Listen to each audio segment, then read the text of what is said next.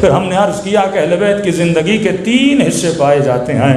ایک حصہ اہل بیت کے معجزے، اہل بیت کی کرامتیں، اہل بیت کا علم۔ اب اس حصے کا پریکٹیکلی میری زندگی سے کوئی لینا دینا نہیں ہے۔ میں امام نہیں بن سکتا، میں معصوم نہیں بن سکتا، میں وہ علم لدنی نہیں حاصل کر سکتا جو امیر المومنین کے پاس تھا۔ ہاں میں ان کی عصمت کو دیکھ کر نیک بن سکتا ہوں، میں ان کی امامت کو دیکھ کر ان پر ایمان لا کر ان کے فرامین پر عمل کر سکتا ہوں۔ دوسری ان کی زندگی کا حصہ کون سا تھا کہ وہ کپڑے کون سے پہنتے تھے، کن برتنوں میں کھانا کھاتے تھے، کیسی چارپائی تھی جس پہ مولا سوتے تھے، وہ گھر کیسا تھا، کمرے کتنے تھے، اس کا بھی میری زندگی سے لینا دینا نہیں ہے۔ نہ ویسی سواریاں آج میرے زمانے میں ہیں، نہ ویسے گھر آج میرے زمانے میں ہیں، تو اس کا بھی میری زندگی سے لینا دینا نہیں ہے۔ تیسرا حصہ کون سا ہے؟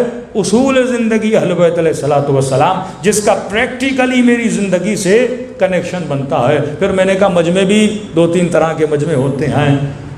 ایک مجمع جو مجلس سے کچھ لینے آتا ہے، خود کو بدلنے آتا ہے۔ ایک مجمع جو عادتاً مجلس امام حسین میں آتا ہے۔ تیسرا وہ مجمع جو آتا تو ہے مجلس میں لیکن سیکولر شیعہ ہے، لبرل شیعہ ہے۔ ایسے علاقوں میں ایسی سوچ والے لوگ زیادہ پائے جاتے ہیں، یعنی امام حسین کا نام لیتا ہے، اب عبداللہ کا نام لیتا ہے، مولا علی کا نام لیتا ہے، لیکن جب آپ اس کے گھر کے اندر جاتے ہو وہ حجاب نظر نہیں آتا، وہ عفت نظر نہیں آتی، وہ حیا نظر نہیں آتا، وہ غیرت نظر نہیں آتی، نماز کی اس طرح سے پابندی نظر نہیں آتی، لیکن ہاں یہ ہے کہ مجلسوں میں آتا ہے۔ اب یہ جو طبقہ 3 طبقے اگر شیعوں کے بنے، عادی شیعہ، فکری شیعہ، تیسرا تھوڑا بہت ذکری شیعہ جو ذکر تو کرتا ہے لیکن اہل بیت کی بات کو مانتا نہیں ہے، سیکولر اور لبرل ٹائپ شیعہ۔ تو میں نے کہا یہ تینوں اہل بیت کی زندگی کے پہلے حصے کو مانتے ہیں کہ مولا امام تھے، مولا شجاع تھے، مولا نے خیبر کو فتح کیا، مولا نے خندق کو فتح کیا۔ اب تینوں میں ان تینوں خوش کیوں ہوتے ہیں؟ کیونکہ تینوں کے امام کی تعریف کی جا رہی ہے۔ لیکن جو تیسرا حصہ اہل بیت کا، اب آپ یہ بولو گے مولا علی سوکھی روٹی کھاتے تھے، ہاں بولو گے میرے مولا تو بڑے متقی تھے، میرے مولا تو بڑے سادہ تھے، میرے مولا ابلے ہوئے مثلا کدو کھاتے تھے، ہاں بھائی میرے مولا تو بڑے سادہ تھے، میرے مولا کی زندگی۔ تعریف کس کی ہو رہی ہے؟ تینوں کے مولا کی ہو رہی ہے نا، تو تینوں کیا ہوتے ہیں؟ خوش ہوتے ہیں۔ لیکن بات جب اصول پہ آ جاتی ہے تو ان تینوں میں سے ایک بندہ تو خوش ہوگا۔ میں مثال کے طور پہ آج اگر نماز پڑھنے والوں اور نمازیوں کی فضیلت پڑھنا بیان کر دوں تو خوش کون ہوگا؟ جو نمازی ہے۔ جو نمازی نہیں ہے وہ خوش کہاں ہوگا؟ وہ تو اندر سے کوڑے گا، اے کاش میں بھی نماز پڑھتا۔ اگر میں حاجیوں کے فضائل پڑھوں تو خوش کون ہوگا؟ حاجی ہوگا۔ اگر میں زکوٰۃ دینے والوں کے فضائل پڑھوں، خمس دینے والوں کے فضائل پڑھوں تو وہی خوش ہوگا نا جو دیتا ہے۔ تو اہل بیت کی زندگی کا تیسرا حصہ سن کے سلمان خوش ہوتا ہے، میں سمجھتا عمار خوش ہوتا ہے، حبیب ابن مظاہر خوش ہوتا ہے۔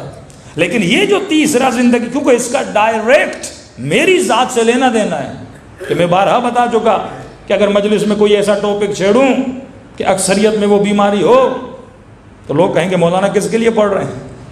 آج ساری مجلس ہمارے لیے پڑھ رہے ہیں۔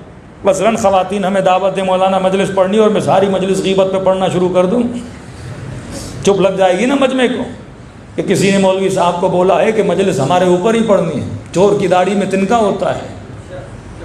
جو بیماری میرے اندر ہے میں قطعاً پسند نہیں کرتا کہ وہ بیماری بتائی جائے۔ ہم کسی ویسٹرن کنٹری میں گئے، ایک صاحب تھے، ان کے اندر غصے کی بڑی بہت عادت تھی، بیوی بھی شاکی تھی، بیٹا بھی شاکی تھا، مطلب شکایت کرتے تھے کہ مولانا ان کو ذرا سمجھائیے، غصہ بہت کرتے ہیں اور غصے میں بہت کچھ غلط کر جاتے ہیں۔ دوست بھی بڑی شکایت کر رہے تھے، کمیونٹی بھی شکایت کر رہی تھی۔ تو ہم نے ان کو کہا کہ یہ تو بتائیے مولا علی کا فرمان ہے کہ آپ اپنی زندگی میں کسی کو اپنا آئینہ بناؤ۔ کیا بناؤ؟ آئینہ۔ اگر آپ کا آئینہ نہیں ہے تو آپ کا کردار صحیح نہیں ہو سکتا۔ بھائی گھروں سے جب باہر نکلتے ہو آئینہ دیکھتے ہو نا، داڑھی صحیح ہے کہ نہیں ہے، چہرے پہ کالک تو نہیں ہے، بالوں کو تھوڑی کنگھی کر دوں، کس لیے؟ تاکہ جب لوگوں کے سامنے جاؤں میرا چہرہ کیا ہو؟ اچھا ہو۔ مرد حضرات 15 منٹ کھڑے ہو جاتے ہیں، خواتین 1 گھنٹہ کھڑی ہو جاتی ہیں۔ ہاں یہ انسان کی فطرت ہے اپنے چہرے کو بنانا، سنگھارنا، تاکہ جب باہر جاؤں تو کیا ہو؟ میں اچھا دکھوں۔ امیر المومنین فرماتے ہیں تم نے جسموں کے لیے تو بڑے آئینے بنائے، لیکن اپنے اخلاق کو صحیح کرنے کے لیے، ٹیسٹ کرنے کے لیے کوئی مشین دیکھی ہے کہ نہیں؟ بی پی بھی چیک کرنا ہوتا ہے تو مشین ہوتی ہے نا، بلڈ کی بیماریاں ہوں اس کے بھی تو ٹیسٹ ہوتے ہیں نا۔ تو تو فرمایا تم نے اپنے اخلاق کے لیے کوئی آئینہ بنایا ہے کہ نہیں بنایا؟ تو فرمایا کسے آئینہ بناؤ؟ فرمایا مومن کو آئینہ بنایا، کوئی مومن ڈھونڈو سچا ہو، اسے کہو کہ یہ بتاؤ میرا اخلاق کیسا ہے۔ اب بہترین آئینہ شوہر کے لیے کون ہے؟ اس کی بیوی ہے۔ بیوی کے لیے کون ہے؟ اس کا شوہر ہے۔ بیٹا بھی تیرا آئینہ بن سکتا ہے، بیٹے کے لیے باپ بھی آئینہ بن سکتا ہے۔ جو مخلص ترین تیرے رشتے ہیں انہیں کیا بناؤ؟ اپنا آئینہ بناؤ کہ میری کون سی عادت آپ کو اچھی نہیں لگتی، میری کون سی صفت آپ کو اچھی، تو میں نے ان صاحب کو کہا آپ نے کوئی آئینہ بنایا ہے؟ کیونکہ اتنی ان میں غلطیاں تھیں، بیوی بھی شکایت کرے، بیوی کی نہیں مانتے، بیٹے کی نہیں مانتے، کمیونٹی کی نہیں مانتے۔ تو میں نے کہا آپ کا کوئی آئینہ ہے؟ ہاں مولانا ہے۔ میں نے کہا کون ہے آپ کے آئینے؟ ان کے 3 نوکر تھے، ایک نوکر کسی ایک کنٹری میں ان کا سیکرٹری تھا، دوسرا کسی اور کنٹری میں سیکرٹری تھا، تیسرا مثلاً اس ویسٹرن کنٹری میں ان کا نوکر تھا۔ اب وضاحت سے نہیں بتا رہا کہ وہ صاحب سمجھ جائیں گے مولانا میرے لیے پڑھ رہے تھے، اشارے کر رہا ہوں۔ ان کے 3 نوکر تھے کہ مولانا ایک میرا آئینہ وہ نوکر ہے میرا، دوسرا میرا آئینہ وہ میرا نوکر ہے، تیسرا میرا آئینہ وہ میرا نوکر ہے۔ اب میں سوچنے لگا آئینہ بھی اس نے نوکروں کو بنایا، نوکر کو ضرورت ہے مالک پہ تنقید کرے؟ وہ تو صبح سے شام تک ان کو بولتے تھے صاحب آپ کا اخلاق بہت اچھا ہے، صاحب آپ بہت اچھے آدمی ہو۔ آئینہ تو اصل کون ہوتا ہے؟ آئینہ گھر والے ہوتے ہیں نا، آئینہ بھائی ہوتا ہے نا، آئینہ تمہارا مومن دوست ہوتا ہے نا۔ تو یہ اس پر بھی میں نے کہا فلاں مولانا کو آئینہ کیوں نہیں بناتے؟ نہیں مولانا وہ مولانا بڑا شیطان ہے۔ اس مولانا سے بھی ان کی نہیں بنتی تھی کیونکہ وہ ان کو بڑا ٹوکتے تھے۔ کہا نہیں میں تو ان کے پیچھے نماز نہیں پڑھتا۔ میں نے کہا کیوں؟ کہ وہ میرے اوپر بڑا ٹوکتے ہیں، مجھے ایسی باتیں کرتے ہیں تو مجھے عادل نہیں لگتے۔ مطلب عدالت کا معیار میری ذات ہے، علی کی بات نہیں ہے۔ ہم جب بھی کسی کو کمپیئر کرتے ہیں تو کس کو رکھ کے کمپیئر کرتے ہیں؟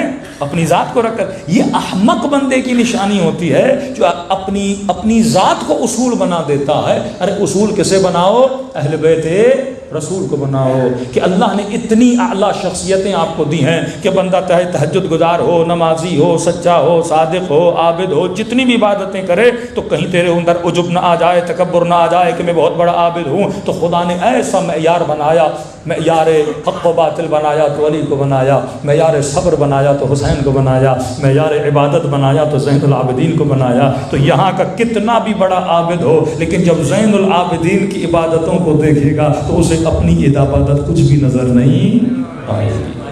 جب صداقت و صبر حسین کو دیکھے گا اسے اپنا صبر کچھ بھی نظر نہیں آئے گا۔ تبھی خدا نے اچھائی کے لیے اعلیٰ ترین مثالیں بنائی کہ ان کو دیکھ، پھر اپنے کردار کو دیکھ، پھر کوشش کر کے ان کے راستے پر چل، پھر خدا تجھے درجہ عطا کرے گا جو خدا نے جناب سلمان فارسی کو عطا کیا۔ صلوات پڑھے محمد و آل محمد۔